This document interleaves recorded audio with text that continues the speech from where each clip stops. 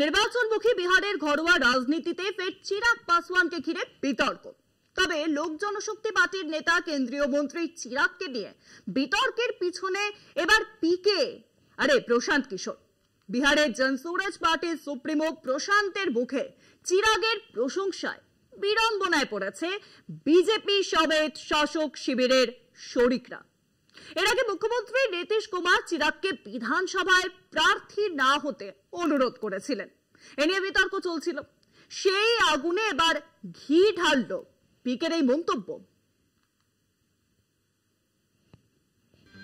লোকজন শক্তির প্রার্থী হিসেবে আগামী নভেম্বরে হতে যাওয়া বিহার বিধানসভা ভোটে প্রার্থী হবেন কেন্দ্রীয় মন্ত্রী চিরাগ পাসওয়ান। গত রবিবার মুখ্যমন্ত্রী নীতিশ কুমারের খাস তালুক নালন্দায় এক সমাবেশে তাঁর এমনই ইচ্ছার কথা প্রকাশ করেন প্রয়াত রামবিলাস পাসওয়ানের পুত্র হাজিপুরের সাংসদ চিরাগ। দিল্লি ছেড়ে চিরাগ রাজ্য রাজনীতিতে ফিরুন চাননি নীতিশ। সম্প্রতি সে কথা নিজেই চিরাগকে জানিয়ে প্রার্থী না হওয়ার পরামর্শ দেন তার পিতৃবন্ধু জেডিইউ সুপ্রিমো। গত লোকসভায় চিরাগের দলের 100% সাফল্য পায় লোকজন শক্তি পার্টি। চিরাগ সহ তার দলের 5 প্রার্থী জয়ী হন। রেকর্ড ভোটের ব্যবধানে জিতে কেন্দ্রীয় মন্ত্রী হন তিনি।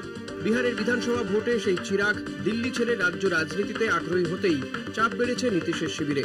শিবির বদলে বদলে 2 দশক একটানা রাজ্যের মুখ্যমন্ত্রী নীতিশ। প্রতিষ্ঠান বিরোধী হাওয়া রুখতে নীতিশকে ফের মুখ্যমন্ত্রী হিসেবে তুলে ধরতে দ্বিধায় বিহার বিজেপি। তার প্রেক্ষিতে এনডিএ তরুণ ও জনপ্রিয় মুখ চিরাগের রাজ্য রাজনীতিতে পুনরাবির্ভাব শাসক শিবিরের অন্দরের সমীকরণ বদলে দিতে পারে এমনই জল্পনা। তারই মধ্যে জনসুরাজ পার্টি কর্ণধার প্রশান্ত কিশোর প্রায় উপযাচক হয়ে চিরাগের প্রশংসায় সরব হয়েছেন। প্রশান্তের মতে চিরাগ নতুন প্রজন্মের মুখ। তার ভাষণে নেই জাতপাতের অঙ্ক। মোদী, নীতিশ, লালু, তেজস্বী বা বিহারের উপমুখ্যমন্ত্রী বিজেপির সম্রাট চৌধুরী সবাই বিহারকে জাতপাতের রাজনীতিতে বেঁধে রাখতে ব্যস্ত। চিরাগ সেক্ষেত্রে ব্যতিক্রম। রাজনৈতিক মহলের ধারণা, যেহেতু কেন্দ্রে নরেন্দ্র মোদী সরকার টেকাতে জেডিইউ তথা নীতিশকে তোয়াজ করতে বাধ্য হচ্ছে বিজেপির কেন্দ্রীয় নেতৃত্ব, তাই শেষ পর্যন্ত নীতিশের চাপে চিরাগকে বিধানসভায় প্রার্থী হতে বিজেপি বাধা দেয়।